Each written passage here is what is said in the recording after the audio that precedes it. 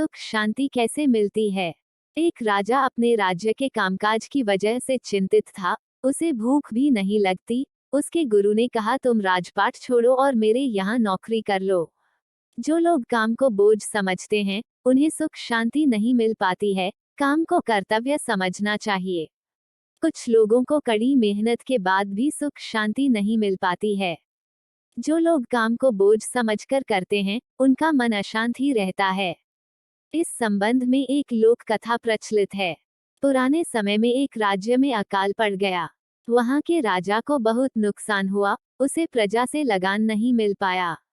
राज्य चलाने के लिए राजा के पास धन भी नहीं बचा था।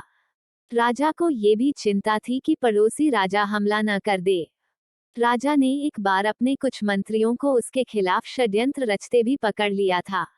इन सारी परेशानियों की वजह से राजा रात भर जागते रहता था। उसकी नींद उड़ गई थी। राजा को कई पकवान परोसे जाते, लेकिन वह खा नहीं पाता था। उसे भूख नहीं लगती थी। उस राजा के शाही बाग के एक माली था।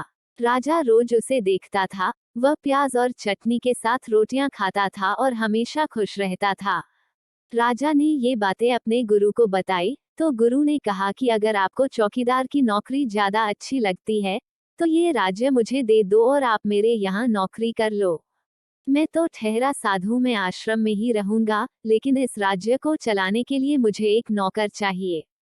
आप पहले की तरह ही महल में रहें, राज सिंहासन पर बैठें और राज्य चलाएं, यही आपकी नौकरी होगी। राजा ये बातें सुनकर खुश हुआ और उसने गुरु की बात मान ली। अब वह अपने काम को नौकरी की तरह करने लगा। फर्क कुछ भी नहीं था, काम वही था, लेकिन अब राजा जिम्मेदारियों और चिंता से लदा हुआ नहीं था। कुछ महीनों बाद उसके गुरु आए। उन्होंने राजा से पूछा कि अब आपको भूख लगती है और नींद आती है या नहीं। राजा ने कहा कि मालिक, अब खूब भूख लगती है और आराम से सोता हूँ।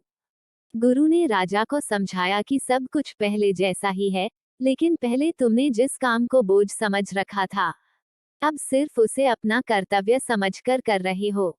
हमें ये जीवन कर्तव्यों को पूरा करने के लिए मिला है।